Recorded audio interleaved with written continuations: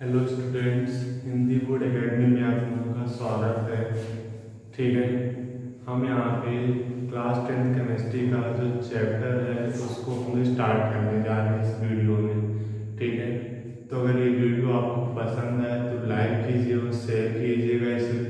ठीक है, तो चलिए हम बात करते हैं पहले क्लास 10 केमिस्ट्री में जो आपके चैप्टर्स हैं उनकी। ठीक है, तो क्लास 10 केमिस्ट्री में आपको जैसे बोर्ड पे दिख रहा है टोटल 5 चैप्टर्स हैं। ठीक है, पहला चैप्टर आपका रासायनिक अभिक्रियाएं एवं समीकरण। ठीक है, केमिकल रिएक्शंस एंड इक्वेशंस। ठीक है, इस चैप्टर में आप ये पढ़ोगे कि रासायनिक अभिक्रियाएं क्या होती हैं। ठीक है, रासायनिक समीकरण क्या होते हैं, रासायनिक अभिक्रियाओं को लिखा कैसे जाता है। ठीक है, रासायनिक समीकरण को कैसे लिखा जाता है, इसको संतुलित कैसे किया जाता है। ठीक है, और ऑक्सीकरण और अपचयन का थोड़ा सा पार्ट इसमें कवर होगा। ठीक है, और रासायनिक अभिक्रियाओं के जो प्रकार हैं, जो वेग के आधार पर हैं, जो ऊष्मा के आधार पे हैं, इन सब के बारे में आप इस चैप्टर में पढ़ोगे। ठीक है, सेकेंड चैप्टर आपका अम्ल, क्षार एवं लवण है, एसिड, बेसिस एंड सॉल्ट्स। ठीक है, इस चैप्टर में आप ये पढ़ोगे कि कोई भी पदार्थ आपका एसिड है या बेस है, ठीक है, या आपका सॉल्ट है, उसको पहचानेंगे कैसे। ठीक है, उसको उसको पहचानेंगे कैसे, ये हो गया आपका। ठीक है, अब कैसे जानेंगे कि आपका कोई जो पदार्थ है वो अम्ल है, क्षार है या लवण है। ठीक है, इसकी कुछ बेसिक जो प्रॉपर्टीज हैं, ठीक है, इन सब में जो डिफरेंसेस है उसको पढ़ोगे। ठीक है, और इन पे बेस्ड आपके जो कुछ मतलब दैनिक जीवन में उपयोग होने वाले आपके कुछ जो सॉल्ट्स हैं उनके बारे में, जैसे आपका सोडियम कार्बोनेट, सोडियम बाइकार्बोनेट। ठीक है, plaster of Paris, bleaching powder, इन सब के बनाने की विधियां और ये कुछ उपयोग आप इस चैप्टर में पढ़ोगे। ठीक है, अगला चैप्टर आपका धातुएं एवं अधातुएं है। ठीक है, मेटल्स एंड नॉन मेटल्स। इसमें आप ये पढ़ोगे कि कोई जो आपके मेटल्स की प्रॉपर्टीज क्या होती है, मेटल्स होती क्या है। ठीक है, अधातुएं क्या होती हैं, उनकी प्रॉपर्टीज क्या क्या होती हैं, दोनों में अंतर क्या होता है, और इनसे रिलेटेड आपके जो धातुएं अधातुएं बीच आपका जो उपधातुएं आती हैं, यानी ऐसे तत्व जो जिनमें मतलब कुछ धातुओं की प्रॉपर्टीज होती, कुछ अधातुओं की प्रॉपर्टीज होती है, उनको धातुएं बोलते हैं, वो भी पढ़ोगे। ठीक है, और फिर आप इसमें मिश्र धातुएं भी पढ़ोगे, और इससे रिलेटेड फिर आपका जो धातुएं जो है वो प्राप्त कैसे होती हैं। ठीक है, अयस्क के बारे में, अयस्क का सांद्रण, भर्जन, स्थापन, मतलब पूरी प्रोसेस जिसको धातु कर्म बोलते हैं, वो भी इस चैप्टर में आप थोड़ा उसका पार्ट कवर करोगे।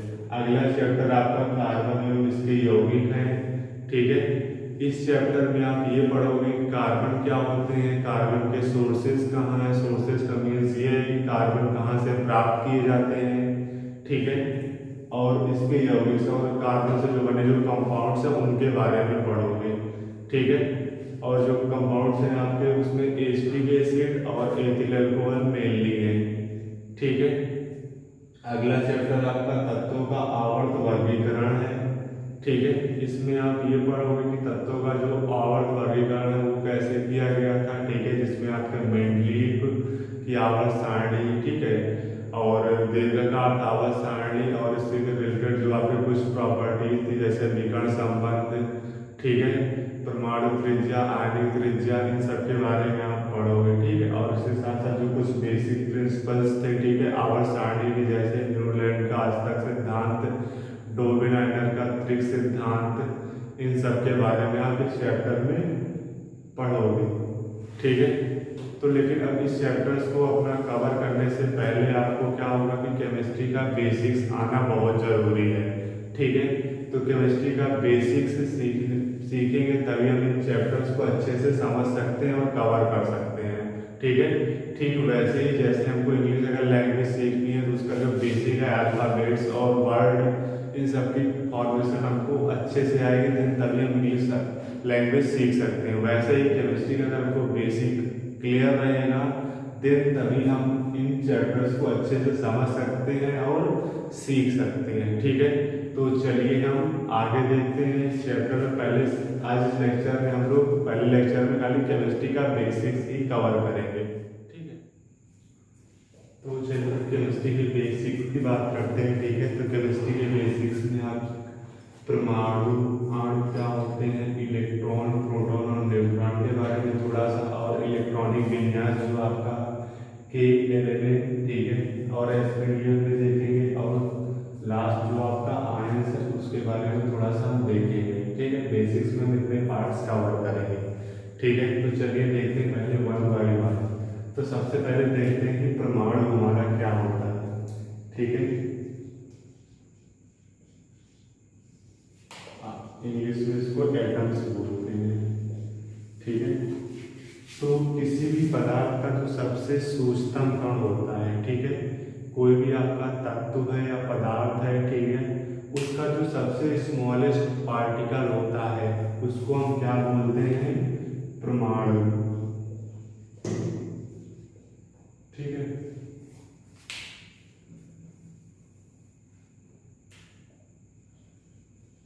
सबसे सूक्ष्मतम कण।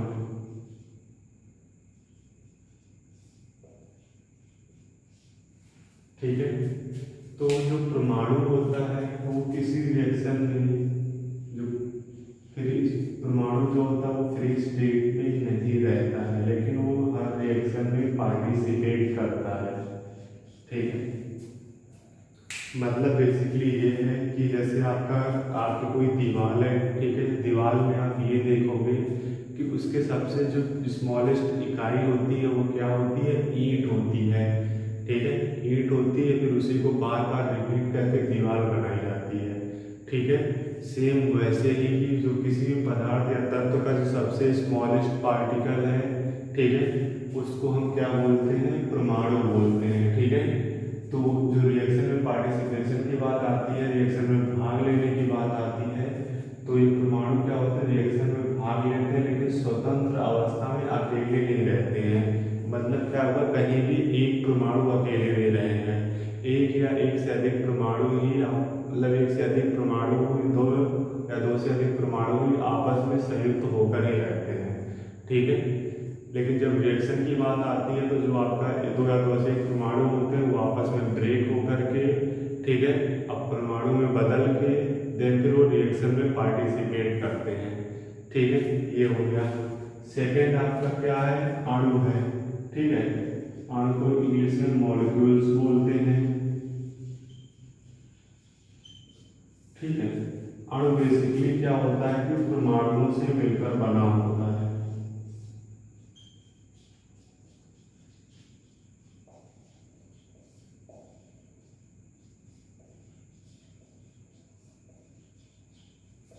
अणु क्या होता है, परमाणु से मिलकर बना होता है। बेसिकली आपका जो परमाणु है, ठीक है, अभी आपका क्या है, सिंगल परमाणु है, मतलब से किसी तत्व का सिंगल परमाणु है तो आपका वो परमाणु है, लेकिन जैसे ही एक से दो परमाणु आपस में जुड़ जाते हैं या संयुक्त हो जाते हैं वो अणु में कन्वर्ट हो जाता है। मतलब क्या हुआ कि अगर अकेला है कोई तत्व, ठीक है, वो क्या हो गया, परमाणु हो गया, लेकिन जैसे एक से अधिक होगा तो ठीक है, मतलब दो हो जाए, तीन हो जाए, चार हो जाए, वो क्या किसमें कन्वर्ट हो जाएगा, आपका अणु में। अगर एग्जाम्पल के तौर पर बात करते हैं, ठीक है, तो जैसे आपका ये हाइड्रोजन है, ठीक है, अगर ये अकेला है तो इस कंडीशन में क्या है, हमारा परमाणु है। ठीक है, लेकिन अगर इसी के साथ दो अणु लग जाए, H2 हो जाए, तो वो अणु में गिना जाएगा। ठीक है, और जो मतलब कि आपका जो अणु है वो फ्री स्टेट में नेचर में रह सकता है, किंतु रिएक्शन में पार्टिसिपेट नहीं करता है। मतलब बेसिकली क्या है कि जो परमाणु होते हैं वो अणु के फॉर्म में नेचर में मौजूद होते हैं, प्रकृति में मौजूद होते हैं, और जब रिएक्शन करनी होती है तो जो अणु होता है वो पहले परमाणु में टूट जाता है, फिर वो रिएक्शन में पार्टिसिपेट करता है। ठीक है, अब डिपेंड ये करता है कि वो किस जो अणु होते हैं वो किसी एक तत्व के अणु हो सकते हैं या अलग अलग तत्व के अणु हो सकते हैं। ठीक है, जैसे आप यहाँ पे अगर देखोगे, हम हाइड्रोजन की बात बात कर रहे हैं हाइड्रोजन H परमाणु है, ठीक है। ये अब यहाँ पे H2 हो जा रहा है, यानी हाइड्रोजन के सेम दो परमाणु आपस में करके अणु बना दे रहे हैं। अब यहाँ पे एक पॉसिबिलिटी है कि जैसे अगर Cl है अकेला है तो ये क्या है, परमाणु है। अगर यहीं पे Cl2 हो जाए तो इसका मतलब क्या हो गया कि आपका ये अणु हो गया, ठीक है। अब यहीं पे अगर ये हो जाए कि अभी क्या है कि किसी भी तत्व के क्या सेम दो परमाणु मिलकर के अणु बना रहे हैं, यहाँ भी Cl के दो परमाणु मिलकर के अणु बना रहे हैं। अब आपका ऐसा भी हो सकता है कि एक एटम H का हो जाए और एक एटम Cl का हो जाए, मतलब अगर H भी क्या परमाणु है और Cl भी आपका परमाणु है, लेकिन आपस में दोनों मिल जाएंगे तो Cl को भी हम क्या बोलेंगे, अणु बोलेंगे, ठीक है। मतलब बेसिकली ये हुआ कि जो आपका परमाणु होता है वो किसी एक तत्व के सेम दो परमाणु हो सकते हैं अणु में, या अलग अलग तत्व के हो सकते हैं, ठीक है। तो अब आपके जब रिएक्शन में पार्टिसिपेट करने की बात आएगी, ठीक है, तो आपका जो H है वो अलग हो जाएगा टूट के और Cl अलग हो जाएगा टूट के, फिर अपने बॉडी को रिएक्शन कर लेंगे, ठीक है। रिएक्शंस कैसे होती है वो अभी हम आगे जो आपका पहला चैप्टर है केमिकल रिएक्शंस एंड इक्वेशंस, उसमें हम बेसिक देखेंगे पूरा इसका, ठीक है। तो अभी आप इतना समझ लीजिए कि परमाणु क्या होता है कि किसी तत्व का जो सबसे सूक्ष्म जो पार्ट होता है, सबसे सूक्ष्म जो इकाई होती है, कण होता है, उसको क्या बोलते हैं, हम परमाणु बोलते हैं। उसके बाद आपका जो अणु होता है, अणु क्या बोलते हैं कि जो परमाणु से मिलकर बनता है, परमाणु से सेकंड उससे बड़ा जो अणु होता है, ठीक है, उससे बड़ा आपका अणु होता है जो परमाणु से मिलकर बना होता है, ठीक है। तो पहले स्टार्टिंग में यही थ्योरी दी गई थी कि परमाणु क्या होता है, सबसे सूक्ष्म कण होता है, ठीक है। लेकिन बाद के जो वैज्ञानिक आए उन्होंने ये बताया कि परमाणु का सबसे सूक्ष्म कण मतलब परमाणु सबसे सूक्ष्म कण ना होकर के उसके और भी सूक्ष्म कण होते हैं, जिनको हम क्या बोलते हैं, मूल कण, जिनको हम इलेक्ट्रॉन, प्रोटॉन और न्यूट्रॉन बोलते हैं, ठीक है। जैसे आपका दीवार है, दीवार आपकी अणु हो गई, ठीक है। उसकी जो ईंट है, ईंट समझ लो आप क्या हो गई, परमाणु हो गई, ठीक है।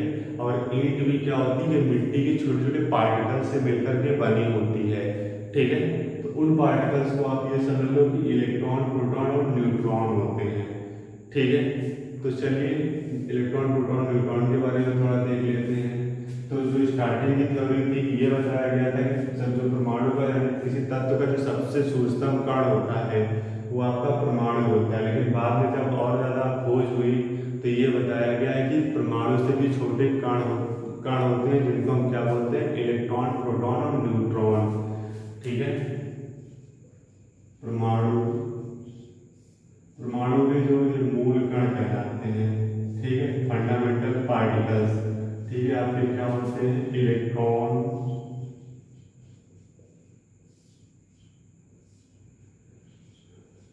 प्रोटॉन, न्यूट्रॉन, ये तीन आपके फंडामेंटल पार्टिकल्स होते हैं, ठीक है। इलेक्ट्रॉन को हम E से रिप्रेजेंट करते हैं, प्रोटॉन को हम P से दिखाते हैं और न्यूट्रॉन को हम स्मॉल n से रिप्रेजेंट करते हैं, ठीक है।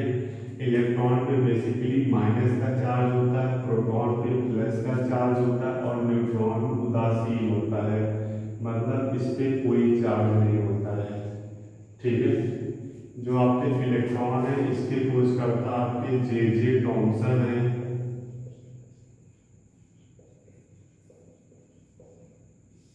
ठीक है। प्रोटॉन के खोजकर्ता आपके रदरफोर्ड है, ठीक है। और न्यूट्रॉन के खोजकर्ता आपके चैडविक है, ठीक है। इनका पूरा नाम आपका जेम्स चैडविक है, ठीक है। ये इनकी खोजकर्ता है, ठीक है। फिर से देख लो, इलेक्ट्रॉन पे कैसा चार्ज होता है, नेगेटिव चार्ज होता है, इसको E से रिप्रेजेंट करते हैं। प्रोटॉन पे पॉजिटिव चार्ज होता है, इसको हम प्लस साइन से रिप्रेजेंट करते हैं, ठीक है। और इसके खोजकर्ता कौन है, रदरफोर्ड है। न्यूट्रॉन को स्मॉल n से प्रदर्शित करते हैं, ये उदासीन होता है। और इसके खोजकर्ता कौन से, चैडविक है, ठीक है। अगर इनके खोजकर्ता को अगर आप शॉर्टकट में याद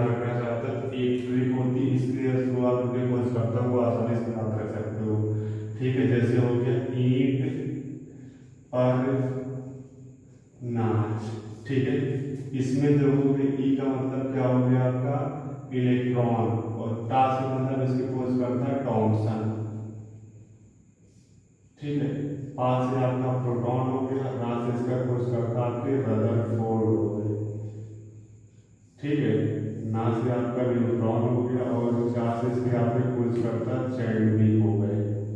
ठीक है, मतलब बेसिकली क्या है कि अगर आप इस वर्ड को याद रखते हो तो आप तीनों जो मूलकांड है परमाणु के हैं, ठीक है, उसको आप आसानी से याद रख सकते हो, उनकी खोज करता कौन है। ठीक है, अब बेसिकली बात करते हैं जो आपके इलेक्ट्रॉन प्रोटॉन और न्यूट्रॉन्स होते हैं परमाणु में, उनकी पोजीशंस कहाँ पे होती है।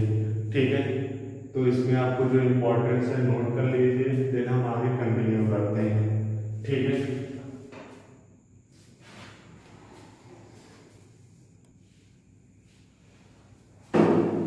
तो चलिए आगे देखते हैं। ठीक है, परमाणु के मूलकण जैसे अभी हमने आपको बता दिया कौन कौन से इलेक्ट्रॉन प्रोटॉन और न्यूट्रॉन होते हैं। ठीक है, हम बात करते हैं इनकी पोजीशंस की।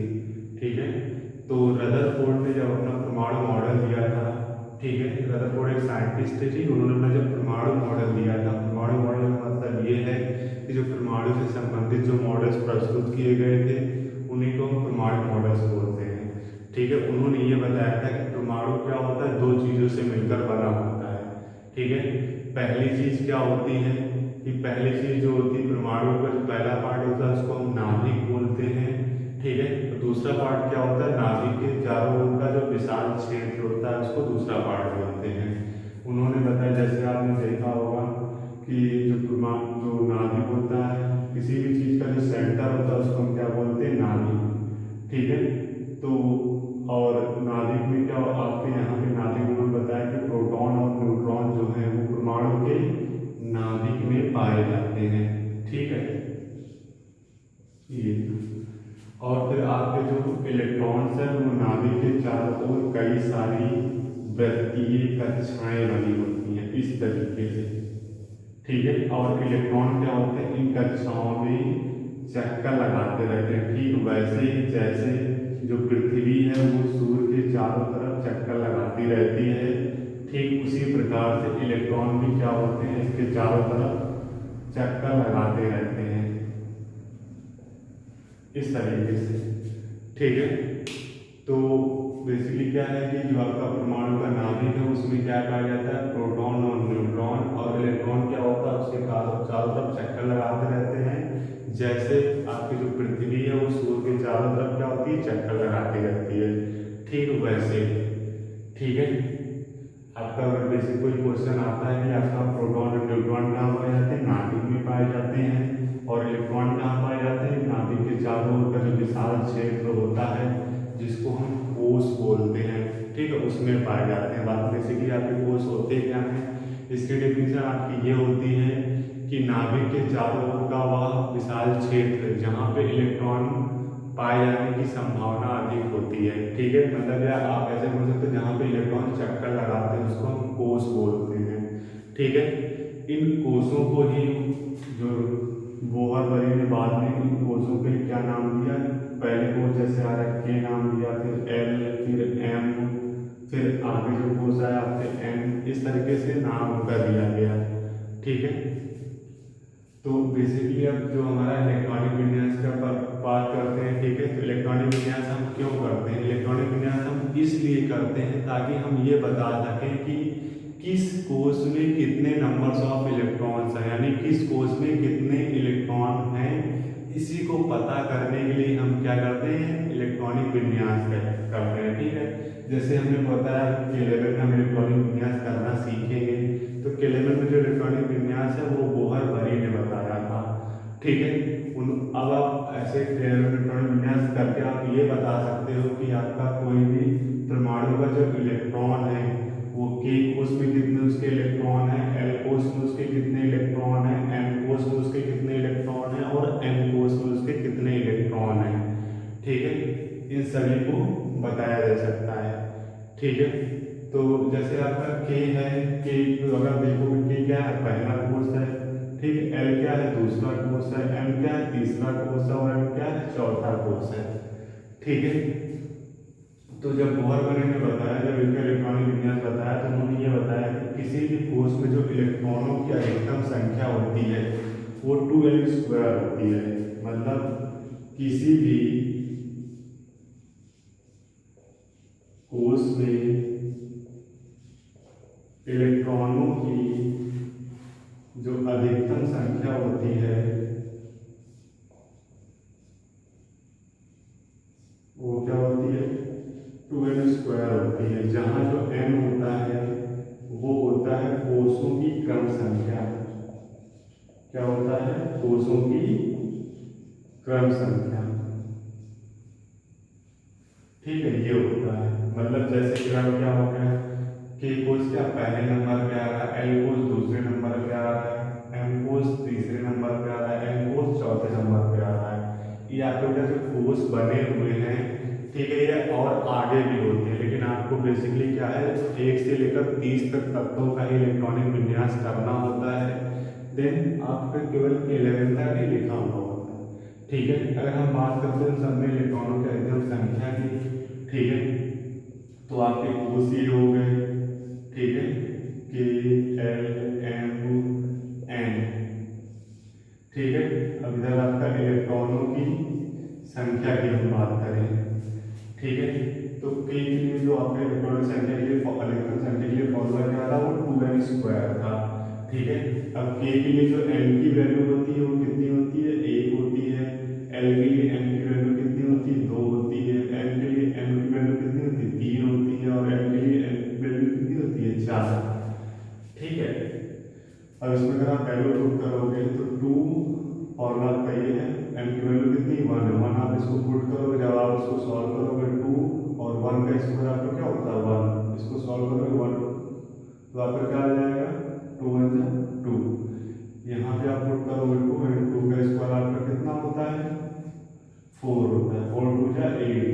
ठीक है, m में पुट करोगे तो 3 का स्क्वायर, ठीक है, 2 वैसे रहेगा और 3 का स्क्वायर कितना होता है 9, तो अब 9 का 2 से गुणा करो, 9 दूनी क्या हो जाएगा 18। ठीक है, 2 फिर 4 का स्क्वायर, ठीक है, 4 का स्क्वायर क्या होता है आपका 16, 16 दूनी 32। मतलब क्या हुआ कि के कोष में हम ज्यादा से ज्यादा 2 इलेक्ट्रॉन भर सकते हैं, एल कोष में हम ज्यादा से ज्यादा 8 इलेक्ट्रॉन रह सकते हैं, एम कोष में ज्यादा से ज्यादा 18 इलेक्ट्रॉन रह सकते हैं और एन कोष में ज्यादा से ज्यादा 32 इलेक्ट्रॉन रह सकते हैं। ठीक है, कि मतलब किसी भी कोष में हम अधिकतम जो इलेक्ट्रॉनों की संख्या है वो आपकी इसी 2n² के अकॉर्डिंग निकालते हैं। ठीक, ये बोहर-बने ने आपको बताया था। तो चलिए पहले हम 1 से 30 तक तत्वों के नाम, उनके प्रतीक देख लेते हैं। ठीक है, देन हम उनका इलेक्ट्रॉनिक विन्यास पहले K11 से करेंगे, देन हम sp-df से करेंगे। ठीक है, जैसे आपका क्या है कि कोष जैसे, ठीक है, जैसे आपके नाभिक के चारों जो वृत्तीय पथ होते हैं उनको हम क्या बोलते हैं कोष बोलते हैं। ठीक है, तो कोष से क्या होता है कि आपका जो इलेक्ट्रॉन है की करेक्ट पोजीशन है, ठीक है, उसको निकालने में थोड़ी सी कठिनाई होती है। तो बाद में क्या हुआ, जो कोष होते थे कोष को छोटे छोटे पार्ट्स में डिवाइड कर दिया गया, जिसको हम लोग बोलते हैं उपकोष। ठीक है, जो आपके sp-df होते हैं वो आपके उपकोष होते हैं। मतलब क्या हुआ, वो कोष के छोटे छोटे पार्ट्स होते हैं।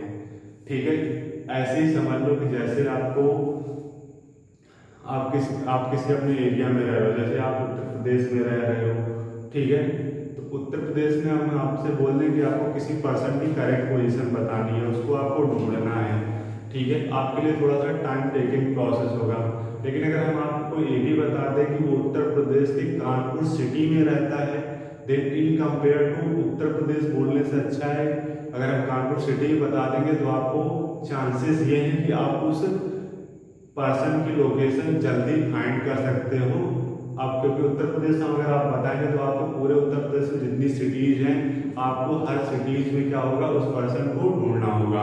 अगर हम साथ में आपको यही बता दें कि वो कानपुर सिटी में रहता है, देन आपके लिए थोड़ा सा सस्ता, थोड़ा सा सरल हो जाएगा। क्यों? क्योंकि आपको अदर सिटी जैसे लखनऊ, उन्नाव इन सब के में नहीं ढूंढना होगा। बात समझ में आई कि नहीं आई? ठीक है, तो ठीक वैसे ही केल्विन में जब हम इलेक्ट्रॉनिक विन्यास करते हैं, हम ये बता देते हैं के में 2 इलेक्ट्रॉन है, एल में 8 है, एम में 18 और एल में 32। ठीक है, तो उससे क्या होता है, उससे हमको इलेक्ट्रॉन मालूम हो जाता है इस कोर्स में कितने इलेक्ट्रॉन है।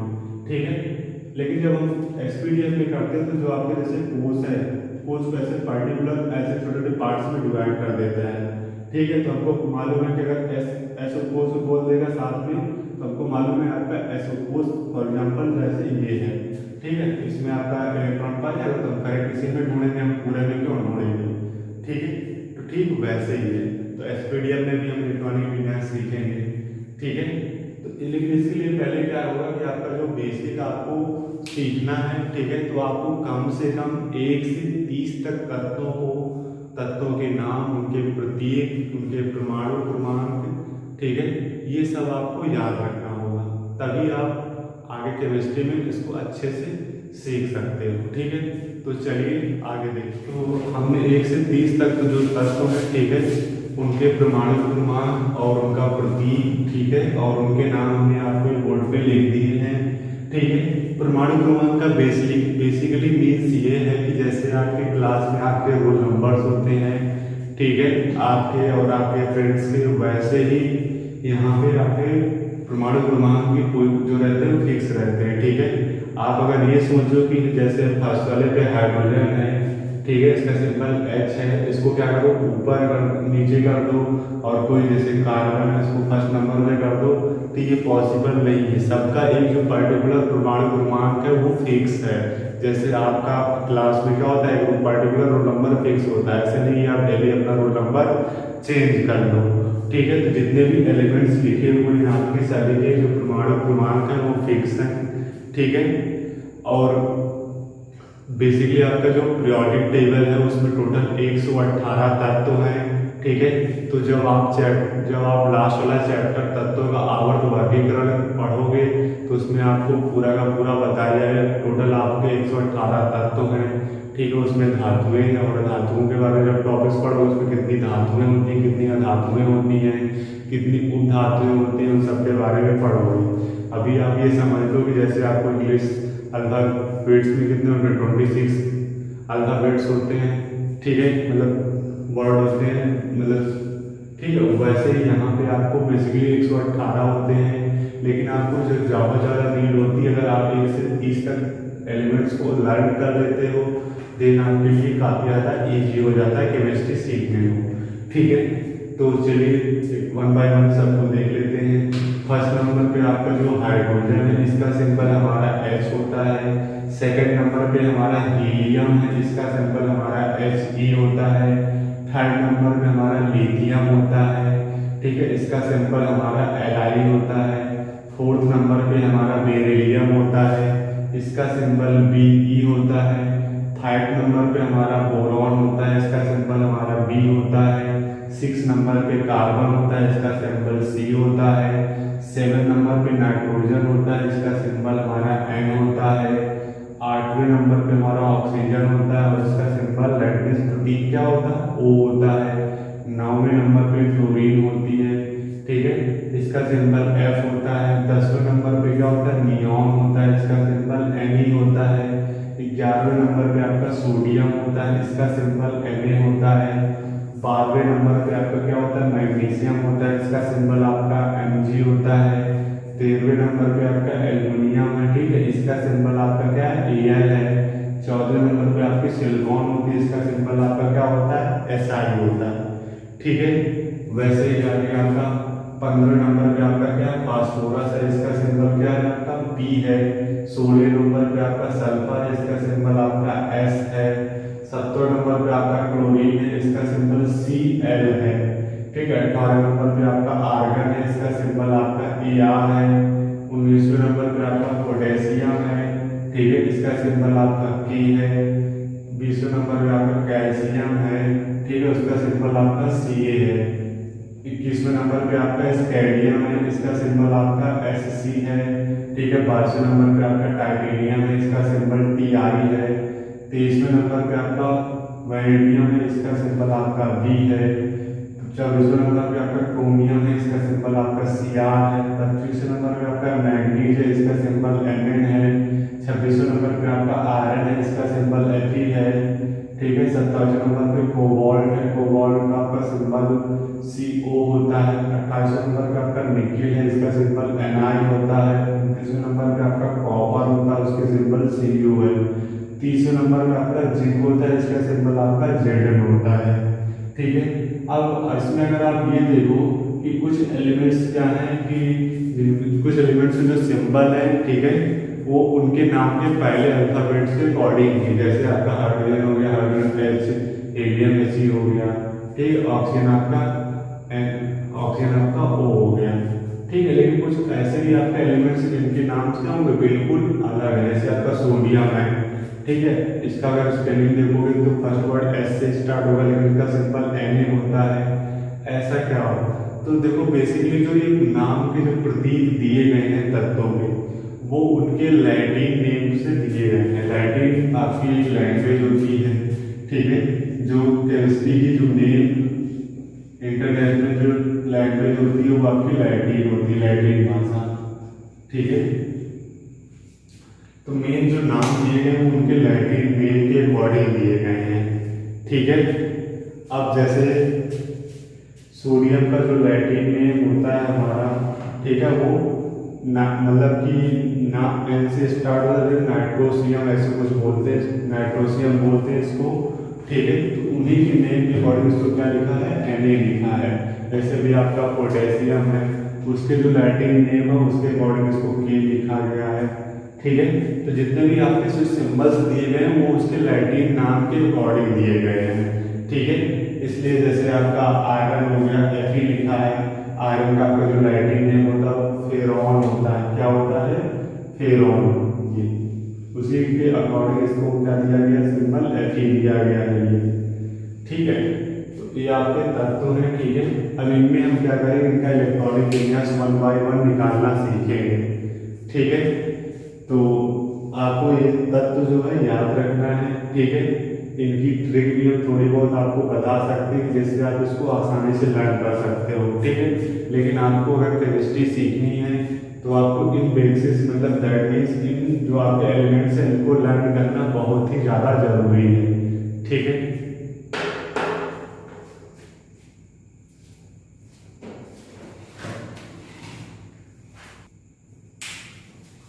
चलिए अगर हम आगे बात करते हैं के लेवल में इलेक्ट्रॉनिक विन्यास की। ठीक है। तो हमने आपको 1 से 30 तक तत्वों के नाम लिख दिए थे। ठीक है। तो और हमने आपको ये भी बता दिया था कि जो बोहर-बरी ने बताया था ये जो के लेवल में इलेक्ट्रॉनिक विन्यास है, ठीक है, ये हमारा बोहर-बरी के नियम के अकॉर्डिंग चलता है। ठीक है।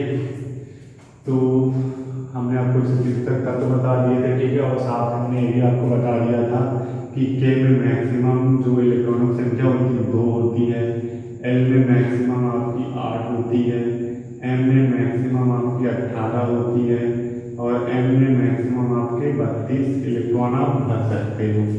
ठीक है। तो चलिए देख लेते हैं। जैसे आपका ये तत्व हो गया। ठीक है। परमाणु क्रमांक,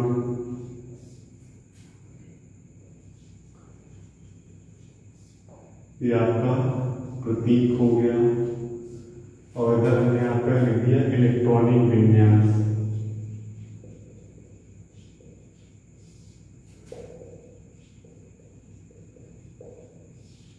ठीक है। इलेक्ट्रॉनिक विन्यास के लिए एल एम एम ये आपके कोर्सेज हो गए। ठीक है।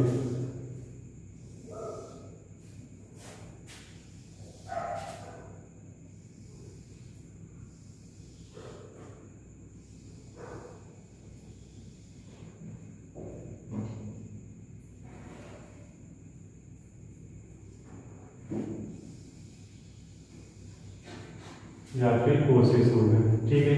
अब जैसे बात करोगे पहला नंबर परमाणु क्या आता था, हाइड्रोजन, सेकंड वाले पे हीलियम, थर्ड वाले पे लिथियम, फोर्थ वाले पे बेरिलियम, फिफ्थ वाले पे बोरॉन 6 वाले भी, कार्बन 7 वाले भी, नाइट्रोजन। और हमें आपको बताया था कि के में मैक्सिमम 2 इलेक्ट्रॉन हो सकते हैं, एल में मैक्सिमम 8 इलेक्ट्रॉन, एम में मैक्सिमम 18 और एम में मैक्सिमम 32 इलेक्ट्रॉन ला सकते हैं। ठीक है, इलेक्ट्रॉनिक विन्यास करना है तो आप सिंपल से ये समझ लीजिए कि आपका कोई बड़ा सा घर है, ठीक है, उसमें क्या है कि आपके जो एलिमेंट हैं वो आपके घर के रूम्स हैं। ठीक है, जैसे के है, पहला रूम आपका के हो गया, दूसरा रूम आपका एल हो गया, तीसरा रूम आपके एम हो गया, चौथा रूम आपका एन हो गया। आप ऐसे सपोज कर लो। ठीक है, तो अब जो के की कैपेसिटी है, के में मतलब 2 लोग रह सकते हैं, तो के की कैपेसिटी 2 हो गई। एल में थोड़ा बड़ा रूम है, ठीक है, तो उसमें 8 लोग रह सकते हैं, एम में 18 लोग रह सकते हैं और एम में इसी प्रकार 32 लोग रह सकते हैं। ठीक है, अब जैसे और ये सीरियल ऑर्डर से लगे हुए हैं। अब जैसे ये हाइड्रोजन है, हाइड्रोजन का परमाणु कितना है, 1 है। ठीक है, तो अब बेसिकली आप ये समझ लो कि हाइड्रोजन घर में एक गेस्ट आया, तो उसने वो गेस्ट को क्या करेगा, जो आपके रूम्स में उसमें आके बैठा लेगा वो। तो पहले रूम की कैपेसिटी कितनी 1 है, तो पहले उसको क्या करिए, आप जाके पहले में बैठिए। सेकंड में क्या हीलियम को देखोगे आप। ठीक है, हीलियम में कितने इलेक्ट्रॉन है, 2 इलेक्ट्रॉन है। ठीक है, तो लेकिन अभी पहले कैपेसिटी कितनी है, 2 है, तो 2 लोग इसमें आसानी से बैठ सकते हैं, तो 2 लोग इसमें आपके बैठ गए। ठीक है, तीसरे नंबर पे क्या आपका लिथियम है। ठीक है, लिथियम में कितने इलेक्ट्रॉन से, 3 इलेक्ट्रॉन। सबसे घर में 3 गेस्ट आ गए, तो क्या करेगा, अब पहले में 3 तो बैठा नहीं पाएगा, क्यों, क्योंकि पहले की कैपेसिटी कितनी है, 2 है। तो क्या करेगा, 2 को इसमें बैठा देगा, बाकी 1 बचेगा, उसको नेक्स्ट वाले रूम में भेज देगा। ऐसे ही बेरिलियम का करोगे तो 2 एंड 2 हो जाएगा, बोरॉन का 2 एंड 3 हो जाएगा। इसमें हम तब तक बैठा सकते जब तक ये 8 फिल ना हो जाए। ठीक है, तो थर्ड नंबर पे आपका ये कार्बन आपकी बात करोगे 2 एंड 4 हो गया। नाइट्रोजन की बात करोगे आप, ठीक है, तो क्या हो जाएगा आपका 5 हो गया। ठीक है, अब आगे अगर देखोगे, ठीक है, आप अगर ऐसे 6 नंबर पे देखोगे, आपका ये परमाणु क्रमांक वाला हो गया। ठीक है, 6 7 8 9 10 11 12 13 14 15 16 17 18 19 20 21 22। ठीक है, ये उनके आपके प्रतीक हो गए। आपका 6 7 तक हो गया था। ठीक है, 8 से कंटिन्यू करना है। 8 पे आपका क्या होता है, ऑक्सीजन। ठीक है, fluorine, neon, sodium, magnesium, aluminium, silicon, phosphorus, sulphur, chlorine, argon, potassium, calcium, scandium, titanium, ये हो गए। ठीक है, अगर कैलेंडर में आप इलेक्ट्रॉनिक विन्यास कर रहे थे ये इस तरीके से।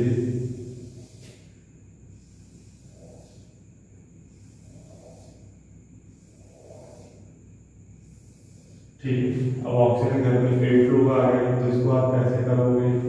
ठीक है, तो पहले कैपेसिटी 2 लोग, इसमें 2 लोग बैठा लो, बाद में 6 लोग बचेंगे, 8 में 2 चले गए, तो इसको इसमें बैठा लो। वैसे इनमें 2 7, इसमें क्या है 2 8।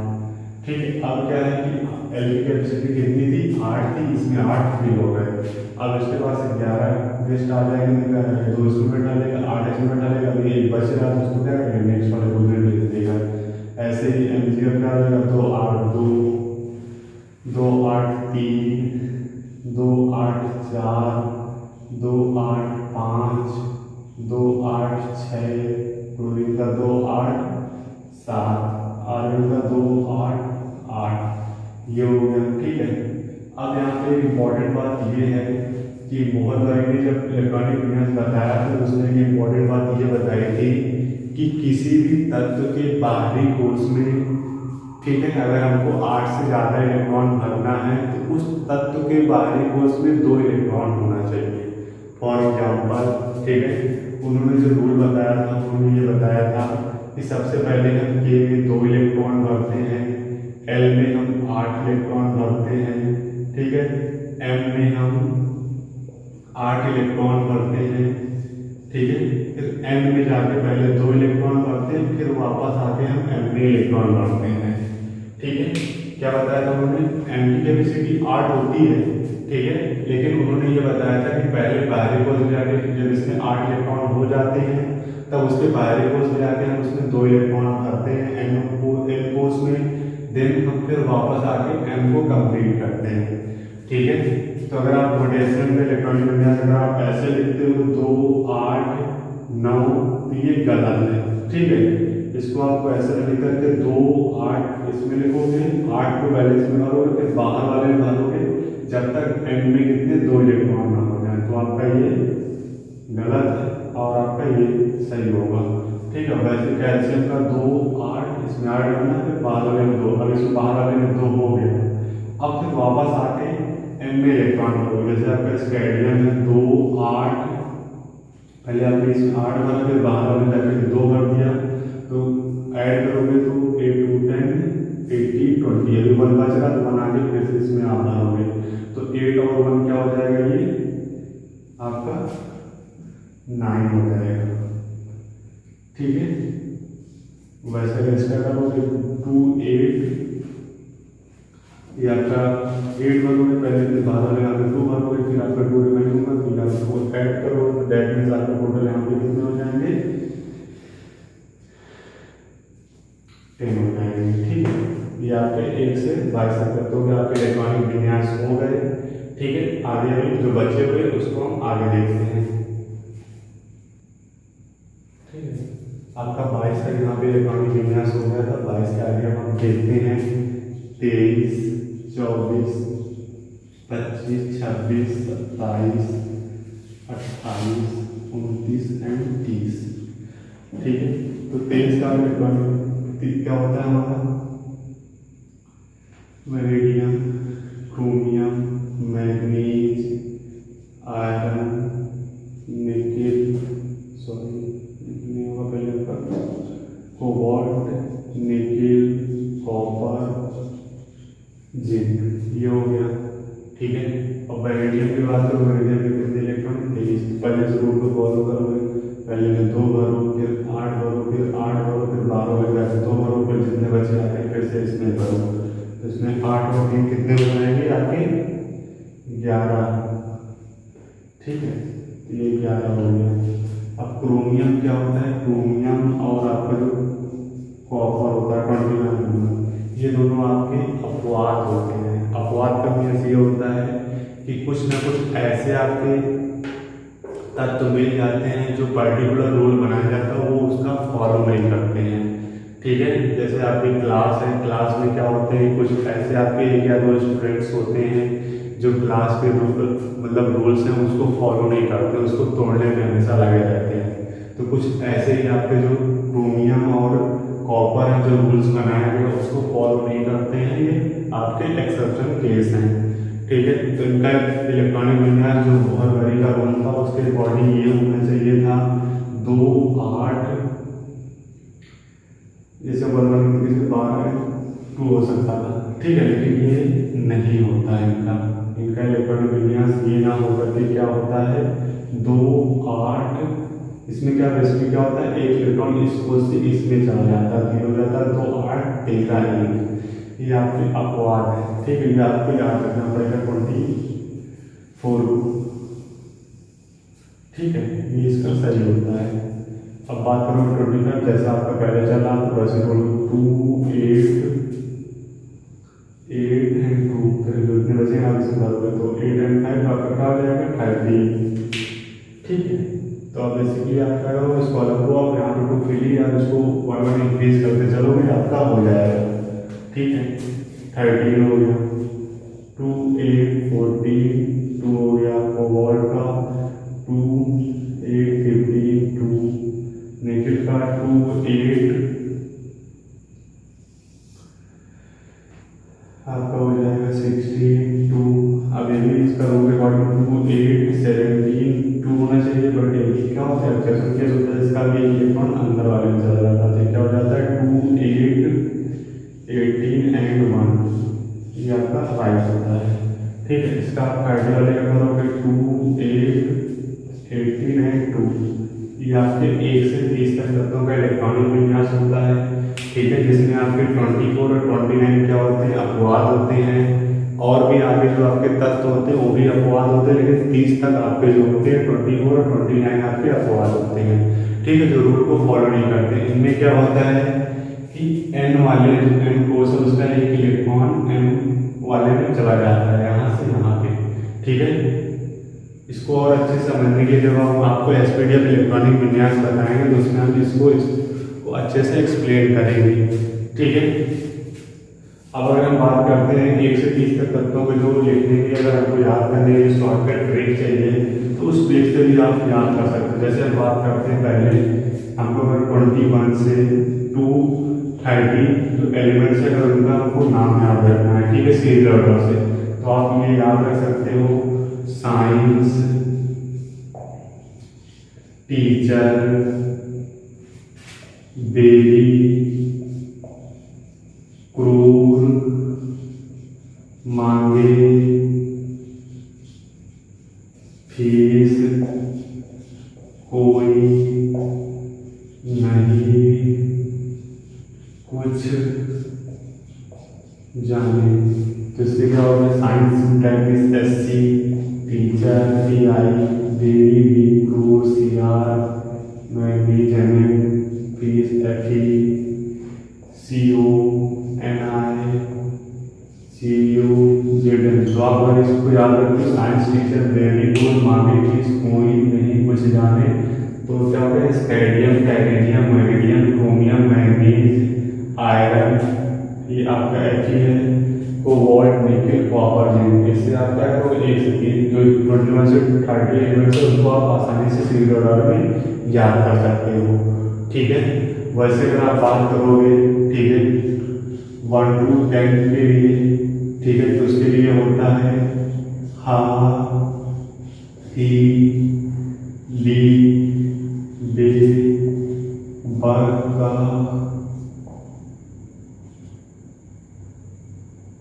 बकनूफानी।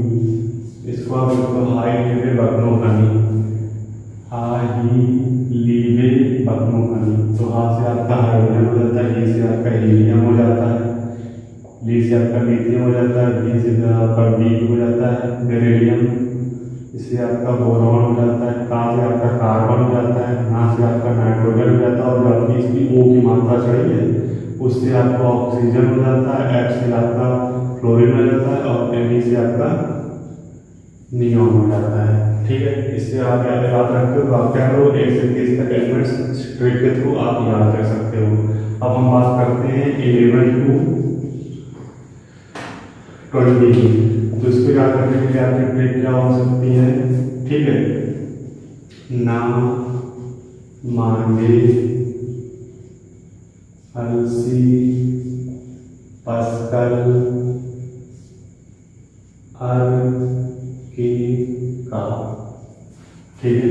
तो ना से आपका क्या हो गया, सोडियम हो गया, मांगे से Mg हो गया, ठीक है, अल से आपका एल्यूमिनियम हो गया, ऐसे आपका SI सिलिकॉन हो गया, पा से आपका क्या हो गया, फास्फोरस, सा से आपका सल्फर हो गया, कल से आपका Cl क्लोरीन हो गया, आर्गन मीन्स Ar आपका आर्गन, के से आपका पोटेशियम के हो गया, और का से आपका C यानी कैल्शियम हो गया। तो आप इस ट्रिक के हेल्प से क्या कर सकते हो, 1 से 30 तक जो एलिमेंट्स है उसको आप आसानी से याद रख सकते हो, ठीक है।